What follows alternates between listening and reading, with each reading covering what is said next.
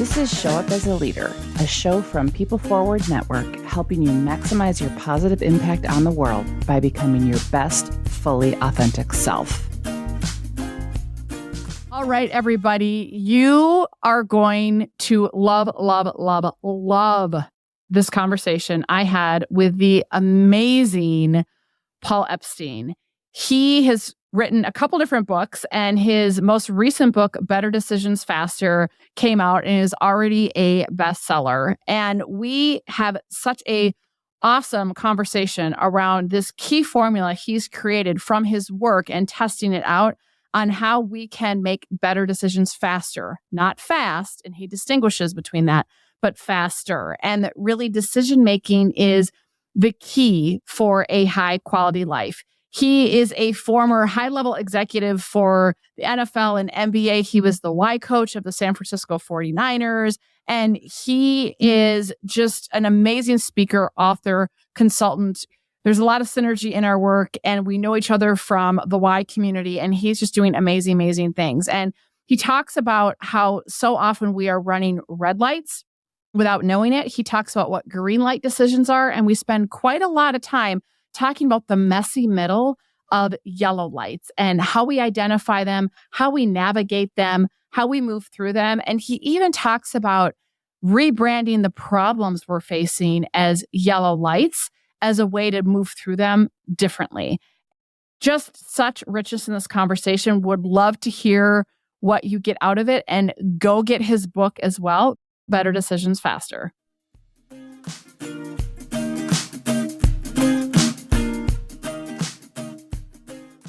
All right. So let's just jump right off that you put in your new book, which is fabulous, by the way, Better Decisions Faster. So everyone go get it right off the bat.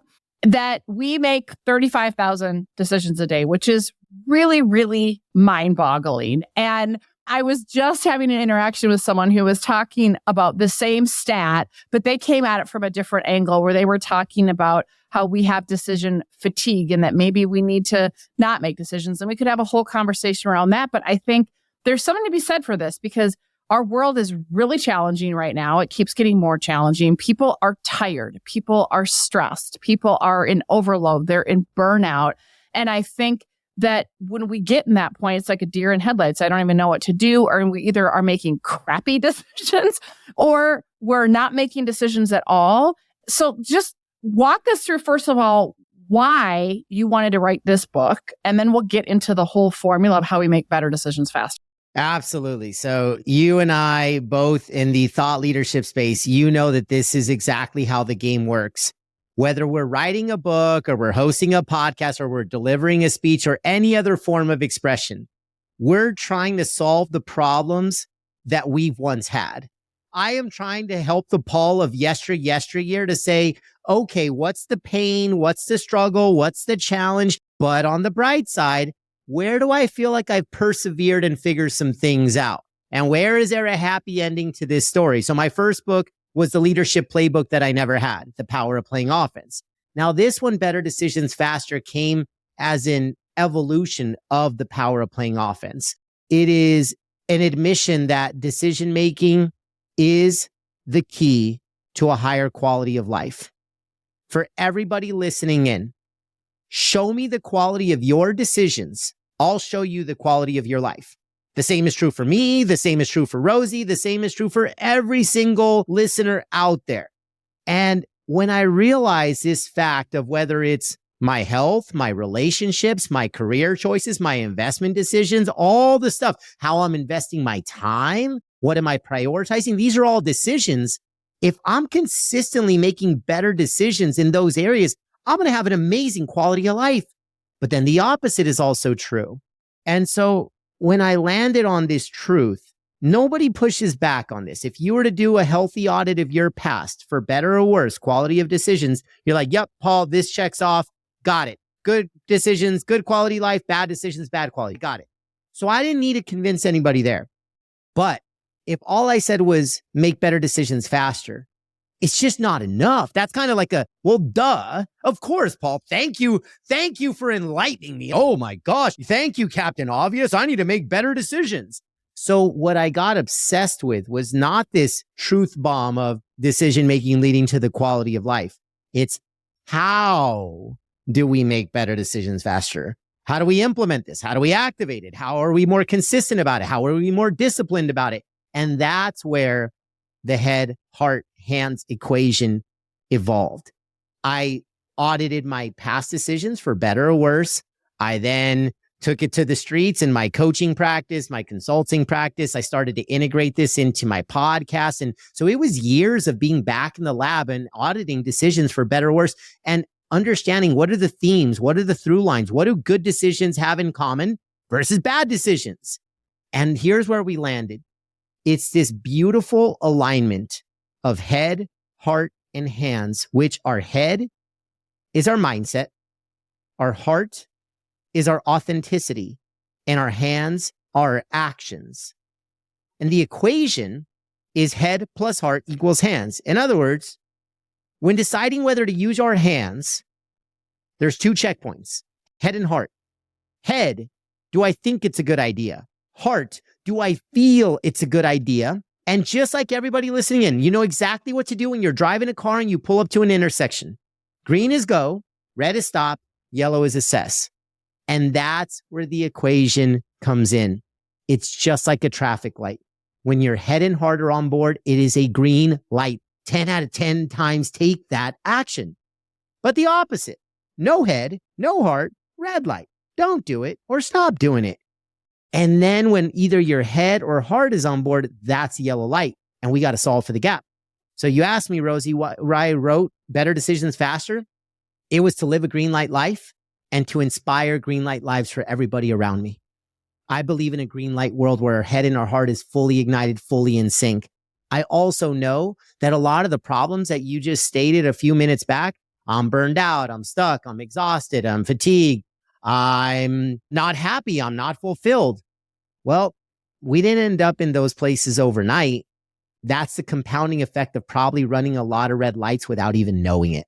We've subconsciously not checked in with our head, not checked in with our heart. We just go, and do. And we don't have a framework or an equation like head, heart, hands. So all of a sudden, we end up in these rocky spots. And then yellow is the messy middle. And so the biggest payoff and what I'm finding in the early months post book launch is greens and reds are about awareness. And a podcast ain't going to do yellow lights justice. We're going to talk about a handful of examples today, I'm sure, but you're going to have to read the playbook to really understand the color and the context of how we not only navigate yellow lights and we conquer yellow lights, because that is the messy middle. So this is a playbook designed to conquer the messy middle of yellow. Oh my God, there's so much in that I love. And I also love that we use the vernacular of the messy middle with one of our rehumanizing principles, right? Change is messy. The middle is messy. You can't go around it, right? There isn't a shortcut. There isn't an easy button. You have to go through it. But I also want to circle back because you said something that I think is really critical, that self-awareness piece, that we're running red lights and we don't even realize it. I talk about this freely and write about this, that a lot of people who are achievement oriented or productive oriented or whatever, like I get in do mode. And it can be so easy when you're going a million miles an hour to be a human doing, not a human being. And that's where you can realize, holy crap, I just ran 4 red lights back there and I didn't realize I did it. And you wonder why you're feeling crummy or feeling crappy. So before we dive into the messy middle of the yellow, because that's where such richness is, but give some examples of green light and red light decisions of where they show up in our life. Because I think conceptually it makes sense, but give some concrete examples of, oh yeah, that's a green light, no brainer, at least for you, or that's a red light, no brainer. So people can start to pay more attention so they don't run those red lights as much. Absolutely. And the beauty of greens and reds, while I think they are more straightforward and obvious, you can really tell almost in this impulsive way, this gut way that you and I, we've always understood, Rosie, there's an intensity of color as well, right? Like hell yes and hell no. Hell yes is attached to a green, hell no is attached to a red. And so now what makes up of that? And we're not going to shift all the way to yellow just yet. But here's what I would invite everybody to think about that's listening in. Out of your head and your heart, which do you believe has the greater potential to change in the future? In other words, if I checked in with you in a week or a month, you can have a new head, meaning a new mindset, or a new heart. And for most of us, I ain't waking up with a new heart tomorrow. I'll tell you that. My truth is my truth. My authenticity is my authenticity. Paul at his best is Paul at his best. And I understand who that person is. Now, the challenge is, do I show up as that person every day? That's a different conversation. You know when it's a red light job. You know when it's a red light person, a red light date. You know what it is. Now, here's the thing, though. Some of those are obvious and funny, but there's a more dangerous side of a red. And for me, it's the wrong yellow. The yellow where your head is in, but your heart's never going to join for the party. Because unlike a red that, hey, you go on this one horrible date and you know damn well there ain't going to be a second date. The other type of yellow is if the head says, I'll just stay in it and just logically, like this person has a great job and, oh, my family's going to respect me more. But your heart knows they're not the one. The challenge there is years go by and that yellow that will never become a green is an even worse form of a red light. Because a red, you pull a trigger, you're done. The bad yellow, you hang out. It lingers and it festers and it's like death by a million cuts. And each day is a cut. Wrong person, wrong job.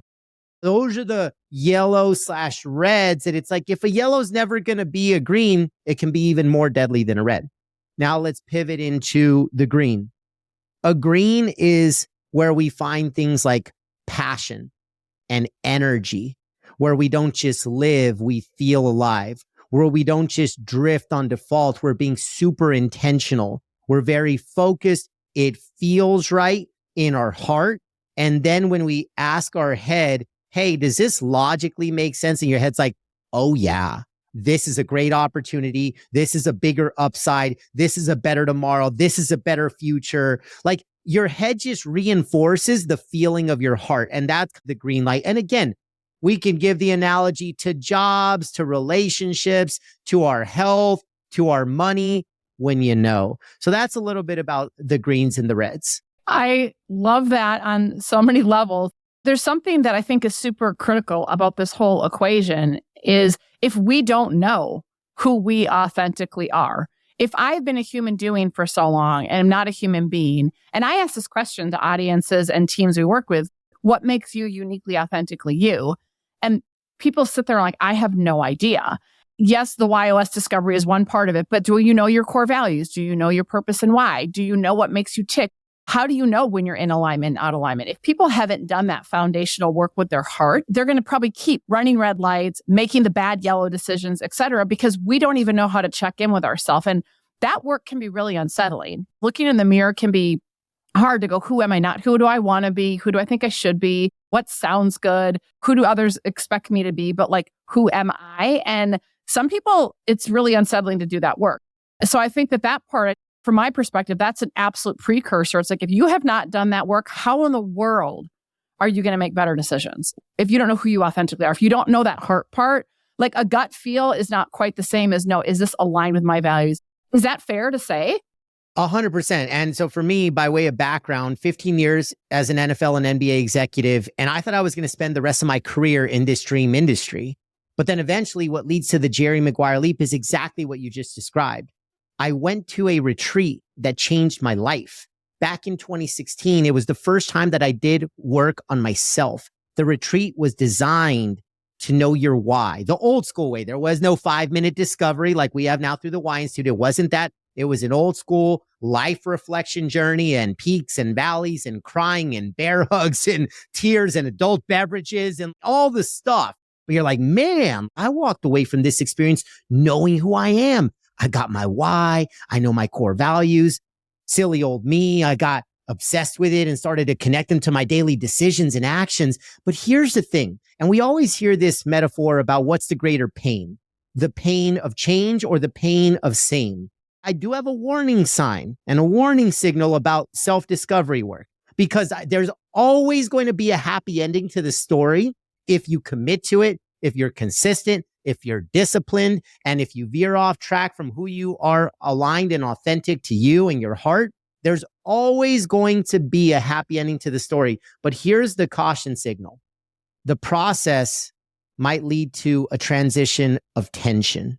Because once you realize who you are, especially if it's been a blind spot in the rearview mirror, this retreat woke me up. And as inspired as I was, it did lead to some pain in the realization that, Paul, you've been showing up as two different versions of yourself. I never even knew that. But now that I tapped into authenticity being a core value, I was like, bro, you've got two versions. There's a work Paul and a personal Paul. And it wasn't until I decided to make the hard decision of becoming one and becoming aligned and becoming congruent, because this sounds all great. And I know, Rosie, the beautiful work that you do and that I do, the ending is a happy one. It always is. But the process can get messy. And I felt a tremendous amount of tension because there's a little bit of shame. There's a little bit of like, oh my gosh, I have totally been showing up just trying to please everybody else. And I've been saying yes to things I shouldn't have been saying yes to. I'm not even living on my terms. And that's not a very positive feeling. But if you can battle through it and you make the commitment to come out of that transition period and say, I'm going to lock in on who I am, which is my heart, which is my authenticity. I realized, Rosie, on the other side of that retreat, that was the graduation from pre-confidence to post-confidence. Now I talk all over the globe about how to make confidence your competitive advantage and how to close your confidence gaps. I talk about that all over the globe, but it's because I had two chapters of life, pre-confidence and post-confidence. It was not that I lacked it. It's that I was inconsistent. So I had a confident day followed by a lack. I had a confident week followed by a gap, versus now I don't take days off. There's this consistent sense of confidence with humility, of course, and it's become a superpower, but I attach my confidence to authenticity. That whole like movement of fake it till you make it. That's just so not me, because that is inauthentic confidence. I hate it. The most confident people lock in on who they are. And so I call it authentic confidence. That retreat gave me authentic confidence. And without that authentic confidence, I can't make better decisions faster. I can't play offense. I can't thrive in life. I can't have great health or relationships or anything. I'm just not going to be optimized because my confidence is on quicksand. But right now, it's a superpower because my confidence is baked into my authenticity. There's such richness in that, because one of the things that we talk about with groups is most of us are intentionally or unintentionally wearing masks when we show up at work, right? You said there's one version of yourself. I think there's this old saying that when we go to work, we leave our car window cracked so our real self can breathe while we're at work. But there's something to be said for that. And I know we have a 360 tool that we do with leaders, and there is a section on authenticity. And when we look at how various groups are perceiving a person, I always say, it's an opportunity to be curious about, why do your direct reports perceive you as differently than your peers? Like, what version of you are they getting? And what would it look like if everybody got the same version of you and experienced you in the same way? And it's funny because there was one group we were working with, and I think they had a lot of people that were not the people, but they were in those bad yellow light decisions where I think they were forcing themselves into a spot. And through the work of getting clear about who they are, clear about what they want, they actually realize that I'm not a fit in this particular organization or role. And not that the organization was bad, it was the different aspects, and they wanted to shift out. And actually, while it initially stung, the leaders of that area were like, no, it makes sense. We knew something was off, right? And we want people who can thrive in this environment. But I joked, I'm like, oh, we probably shouldn't tell people that, there's a risk if you do our work, you might leave. But it's better off for everybody. And now they're thriving. If the leaders are in a spot where they want to be, now the organization has people that want to be there. But you're right. It's unsettling. It's uncomfortable. And you can't wave a magic wand. You got to do that messy middle work to get clear of who you are, and then keep coming back to it because there's just no other way. So I love all of that. I think the piece here that you just described too, and whether it's an organizational setting or even in our personal lives, is clarity is everything. And so if I just brand something as a problem or a challenge or a pain point, it's a little ambiguous. It's very unsettling. What I've loved about introducing this head, heart, hands framework and green, yellow, red into organizations is the clarity to know that this is a green light situation or a yellow light idea or a red light individual, my goodness, there's tremendous power in that because it just, A, gives us a common language, and B, it takes out the personal stuff. In organizations where it's so politically dense, it's all this stuff and you're like, oh my God, I'm exhausted just thinking about it. But when you can say, oh, this is a green light, or let's have a healthy conversation around the table of not only what colors we are about this idea, but what's the intensity of our color? You know, I had a scenario recently where there was a marketing campaign for a high growth startup. And, you know, it's a pretty critical thing. Like it's one of those campaigns that might be a make or break. And so they had mixed colors in the room. And some folks were green on it and some folks were yellow. And I asked them on a 1 to 10 to tell me the intensity of how strongly they felt about the color. Well, the CMO, and again, this is a marketing campaign, they were a hell yes green. Like they were a 10 out of 10. And all the yellows in the room, they weren't drastic yellows. So it's like, this isn't really my area of expertise. I'm a little torn on it. So I guess I'm a yellow. Like it was kind of a soft yellow. And so in this setting, it was beautiful because now it wasn't about personal feelings. Do I like this person? Do I respect this person? Like it's very judgmental in that way. This was just, hey, explain your green, explain your yellow. And the person in the room that was the most intense about the green is also the person that's responsible for this area of the business. And so therefore, this might be the great consensus builder. This might be a great trust builder. And so it was just a beautiful situation.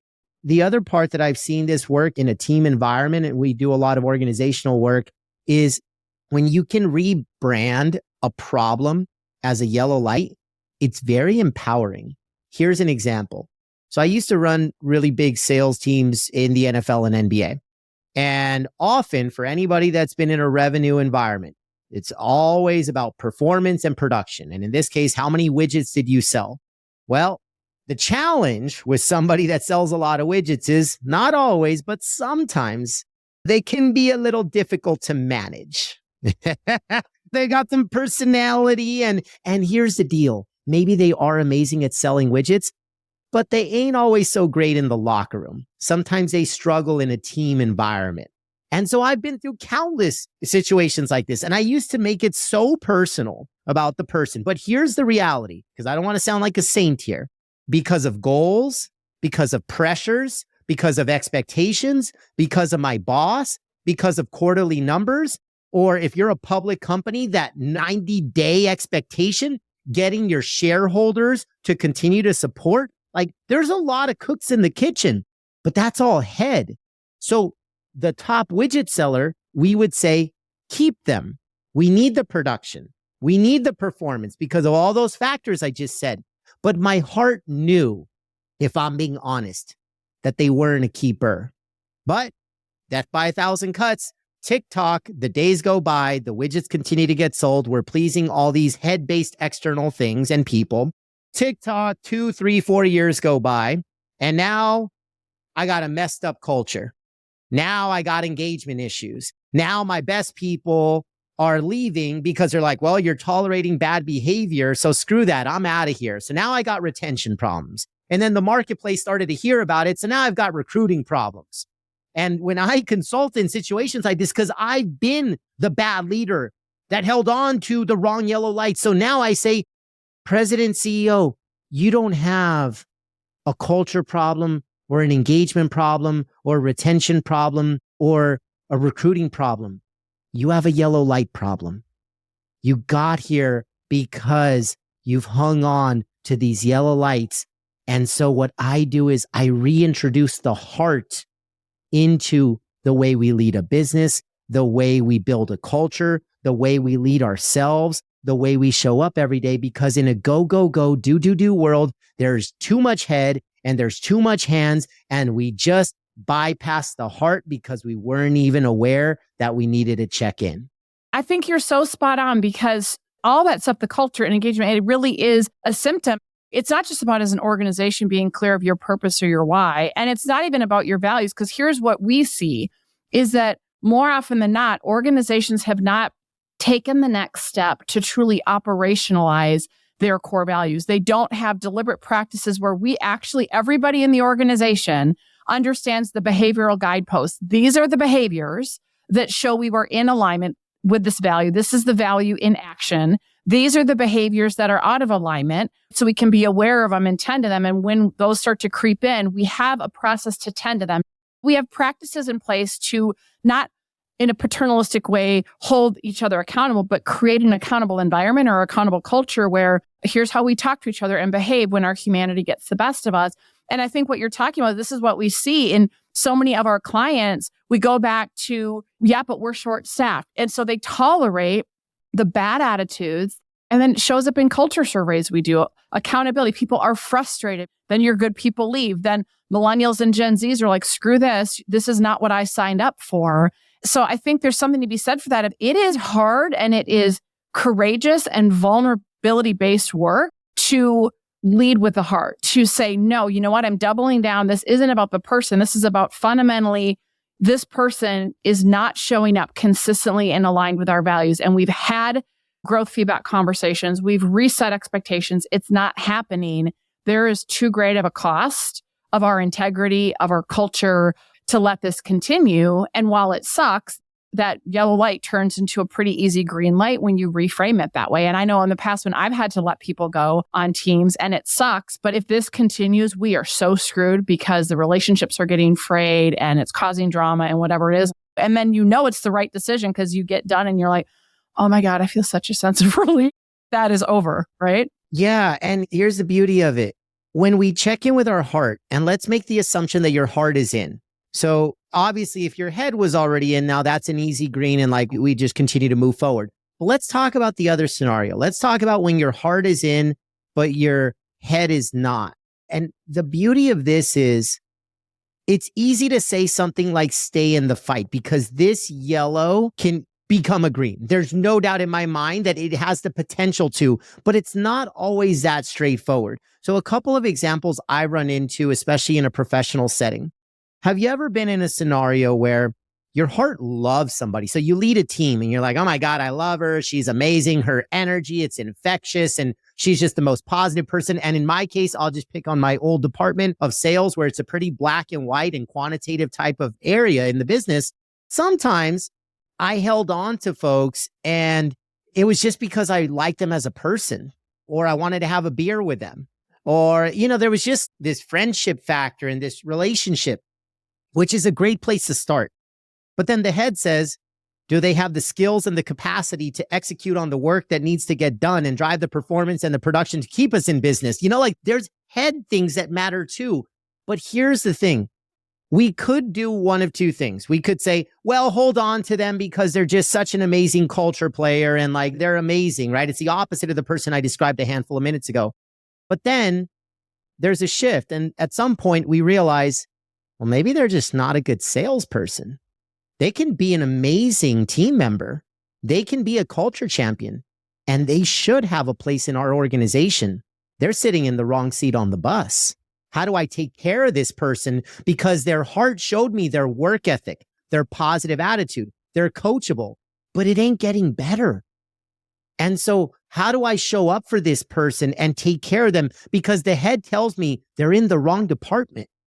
And that's okay versus manage up or manage out or give them a pip or give them a plan. It's like, dude, introducing heart into your organization, all it means is that people first goes from a bumper sticker to a way of life. It goes from a bumper sticker to an operating system. That's what injecting heart in your organization. So this isn't soft. This isn't woo-woo. Oh, there goes Paul talking about the heart. No, actually, this is going to still lead to some hard decisions getting made, but now nobody can question whether you cared about the whole person.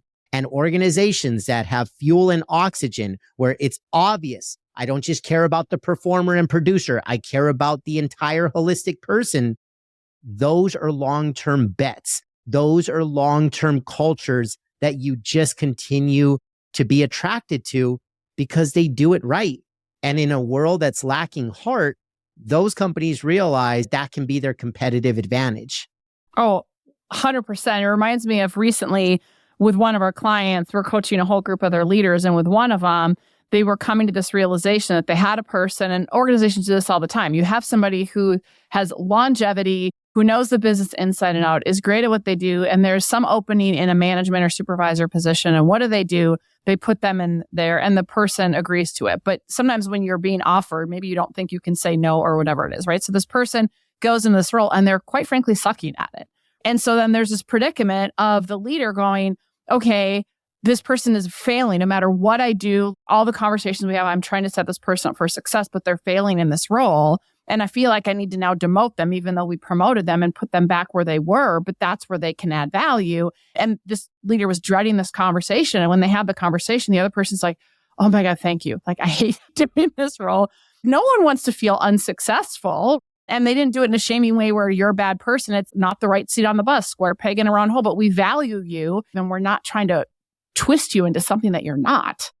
Yeah. And I think you're bringing up a critical point here. For one, speaking of critical conversations, we all know that feedback is an amazing gift. I personally am very guilty of the compliment sandwich. But here's the beauty of heart. A couple of things. One is it makes it a culture of care. It makes it a culture of open feedback. And you and I both know from our work, there's symptoms and there's root causes. And the majority, close to all of organizational problems that we see the symptom, the root cause is communication. And we will have healthier communication if there's heart based in it, because now I'm not focused on what does the person want to hear. It's what do they need to hear so that we can all get better. Actually, Rosie, let me ask you this question. I actually already know the answer because I think your personality gives it away, but I'm still going to ask. So if you had to choose your default setting and you cannot say, oh, I'm smack dab in the middle, 50-50. If I said 51% or greater, are you more logic or emotion? What's your default setting? Emotion. Right. Me too. But for some folks listening in, they might be the opposite. So we've got a logic camp and we've got an emotion camp. And again, this is your default setting. What happens as life and business get more stressful and more complex and go, do, and all the pressure and the stress and the anxiety, we naturally over-index to the side of our default. So you and I, Rosie, we're going to over-index on emotion. And then a lot of other folks are going to over-index on logic. Here's the beauty of the head, heart, hands equation. It's not head or heart. It's not head minus heart. It's not heart minus head. It's yes and. In other words, for folks like Rosie and I, that we're very comfortable in this emotional, heart-based space, in order for it to be a green light, the head has to join the party. So Rosie and I need to check in with the data, with the logical side, with the analytics. We need to surround ourselves with people that are wired for that, because if we're going to thrive as a team, we need that. So it's heart and emotion join the head and logic. And then, of course, the opposite is also true.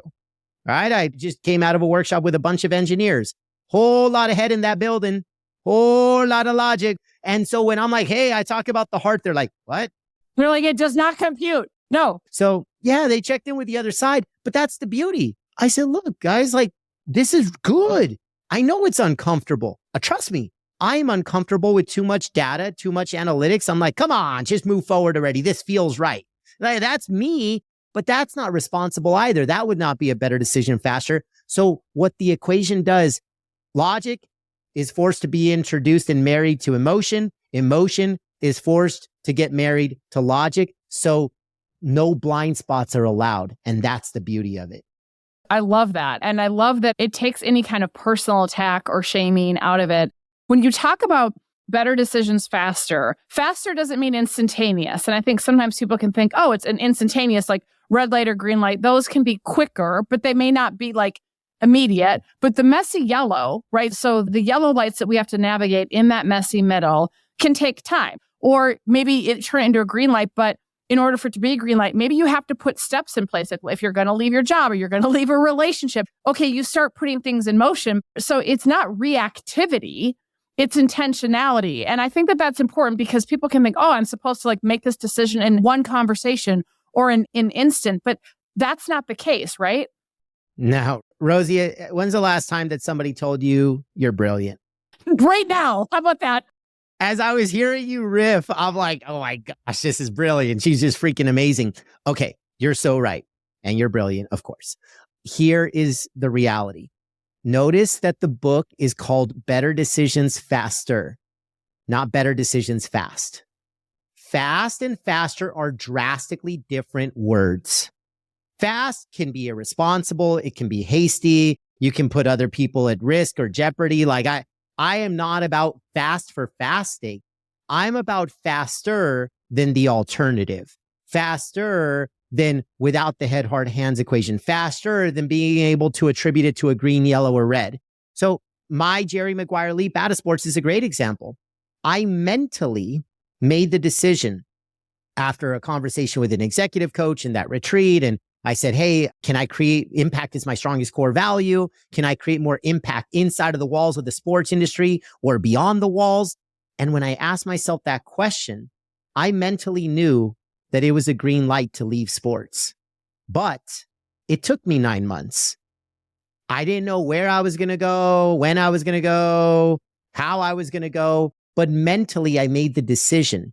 And then what follows are those micro actions. So for anybody out there, if let's say it's a dead end job or which was not my case. So mine was very much not what am I leaving, but what am I running toward?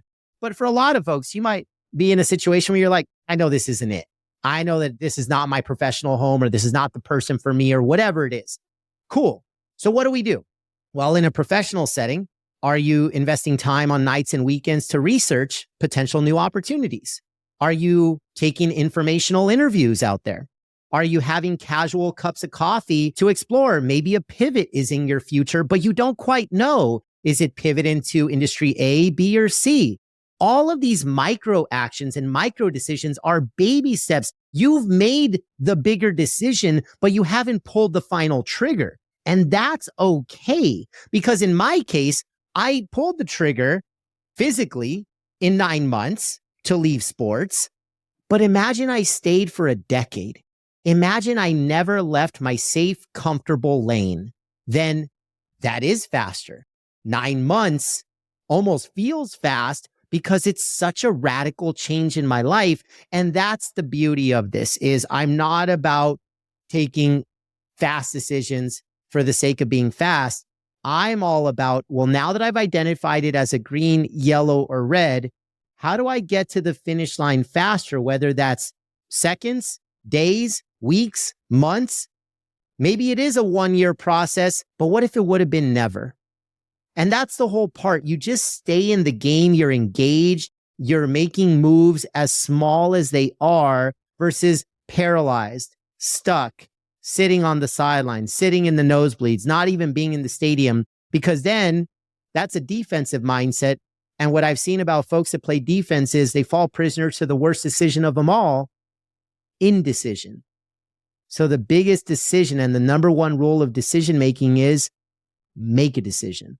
There's such wisdom in that. And here's what I have to share with you is what your book came out. I got it as soon as it came out and read it. And then we happened to be together at the Y conference. And here's what's interesting. I've been sitting with this whole idea of the yellow lights. And what's interesting is I think about with our own business and I started reflecting in hindsight and I'm like, oh, I sat on yellow for far too long about some things.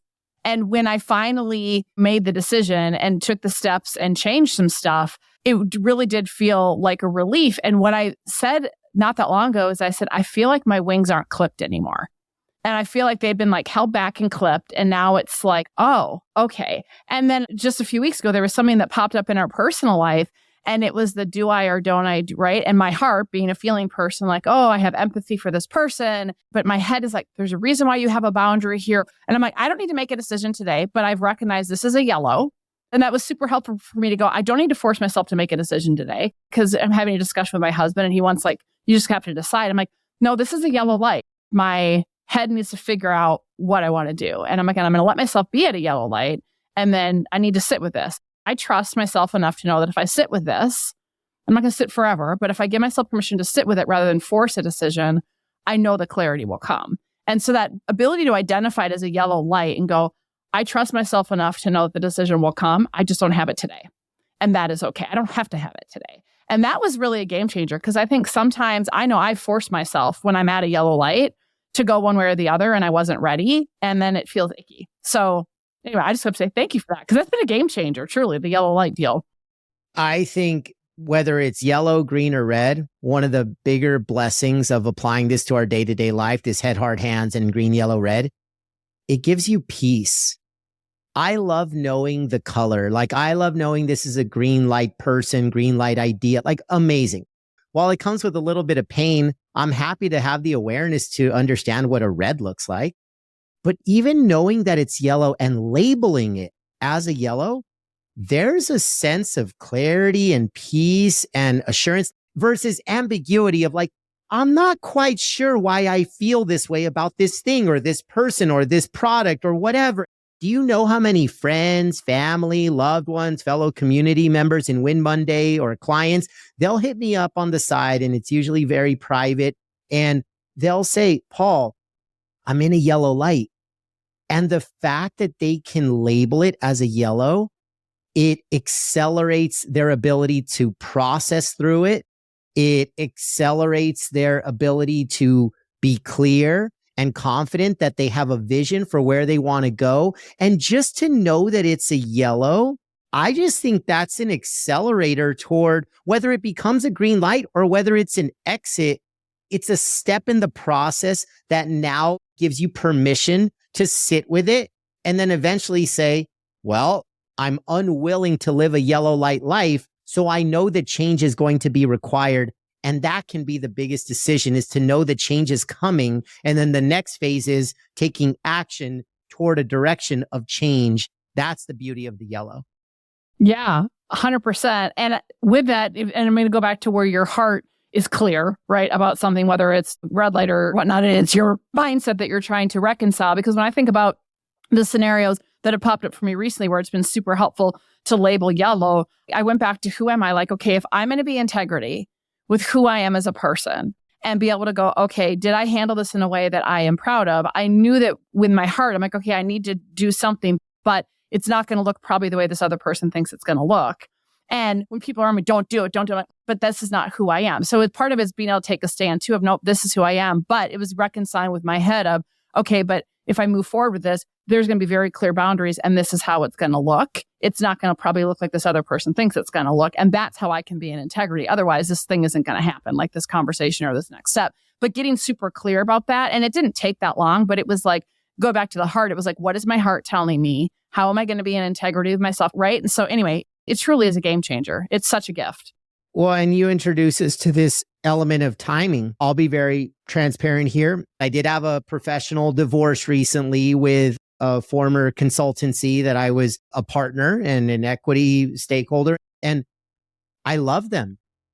I love them. It was a sad day to make this decision. And by the way, it was a mutual decision. The consultancy essentially dissolved, but it was because I think a lot of us were in yellow light business relationships. We loved each other as people. And guess what? If they were to approach me or I was to approach them in a decade from now and say, hey, do we want to re-explore now that our business models and our stuff is a little bit more clear? And I would be totally open to that conversation because I love them as human beings and we do the same type of work, but time spent on this business model took time away from that business model. So in this case, my heart was all in and we tried for a year and a half to make it work until it got to the point that the head was like, dude, this doesn't make business sense. So the heart allowed me to stay in it for a while. I'm telling you this story from a place of peace, not anger, not regret. Oh, I'll never get that year and a half of my life back. No, because I was true to my heart, I don't have any regrets. It was a great experiment. I thought it was going to be a marriage that turned out to be a healthy experiment and great learning lesson. And now I'm like, hey, sometimes you do need to listen to your head, even though your heart is on board. Does this make business sense? And sometimes it doesn't, or sometimes the timing is off. And so I think, again, like that's the beauty. Think of like how analytical we're getting about these decisions versus being pissed off, or trust me, the old me pre-head hard hands would have been like, oh my gosh, Paul, do you know how many more stages you would have been on if you didn't dedicate all this time for a year and a half to this consultancy? And then it did, like, I would have gone down this bad rabbit hole. Who's winning in that case? Now I'm like, we swung the bat. We didn't hit it out of the park. Let's move forward. And bear hugs, and I love you, and I wish you the best, and I'll see you on the other side. That's literally the conversation we had as we exited. I love that.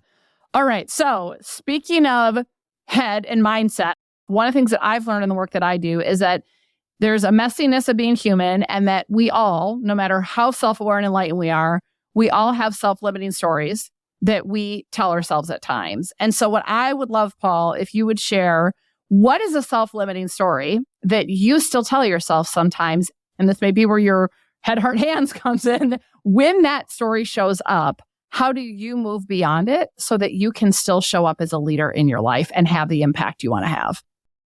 Yeah, I struggle all the time with comparison.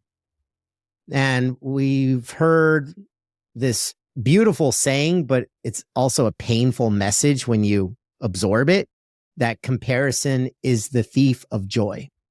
And I find that in general, like 99% of the time, I'm super happy, super joyful, always grateful.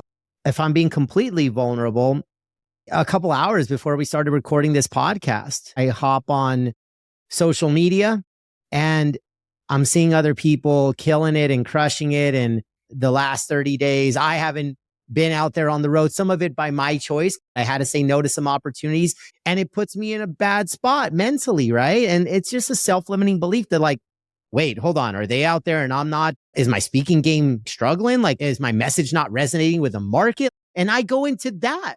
That's just real talk. The happy ending to this story is my speaking business is 2x year over year. I surpassed last year's revenue by mid-April of this year. So life is really good. I'm not here to complain. And I'm still susceptible to those self-limiting beliefs that, am I enough? Does the market not want me anymore? Not like me anymore? You know, every author deals with that. Those are the things, right? That like I struggle with. I don't want to say all the time, but I will say this. I don't care if it's 1% of the time. There's a theme. And the theme is that, I think confidence is the answer. And that's why I believe that if I can really flex that muscle of confidence, that's the solution. And I have a process for that. And basically it's being true to your values and taking action on them every day. So that's a conversation.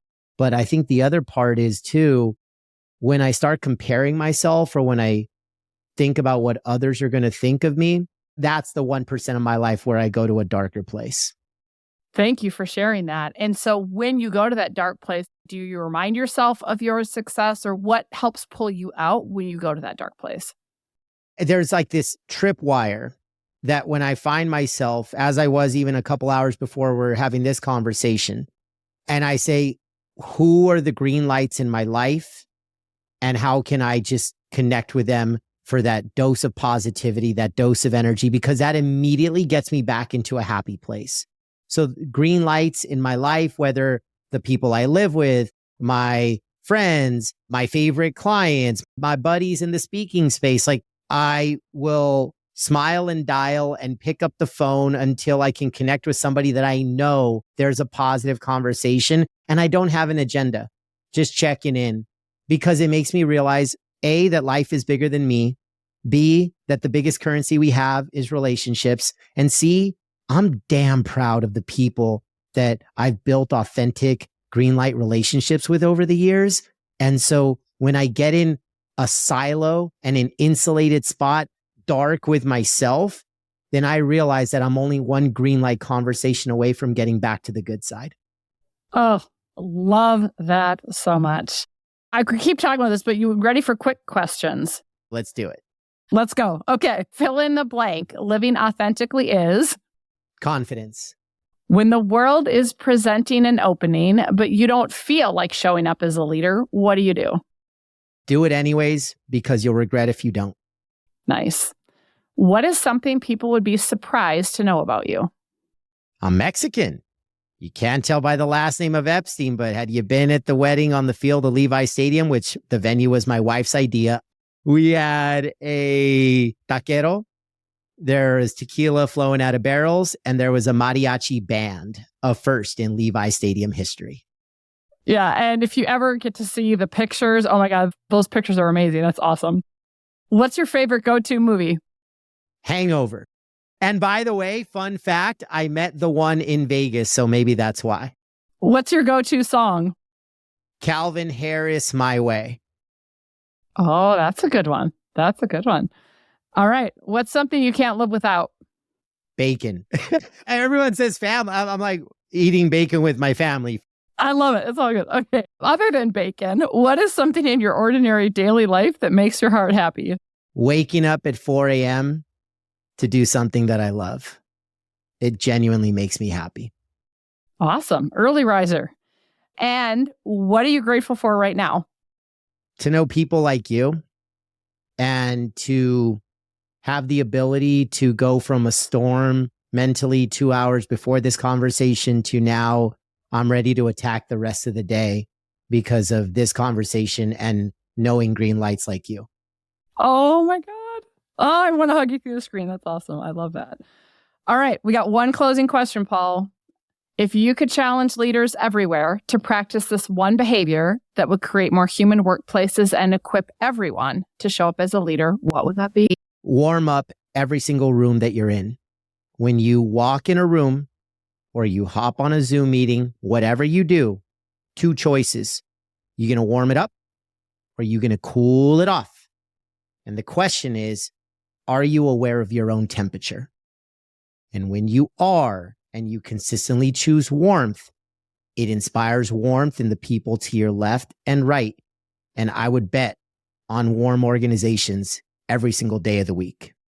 That is fabulous. I love that. Well, Paul, thank you. I know that baby's about to arrive and baby might even be here by the time this goes live, but thank you for being a green light in my life. Thank you for your work. It's making such a difference. And just thank you for this conversation. It has been such a bright spot in my day, and I'm sure so many others will hopefully get a lot out of it. So thank you, my friend.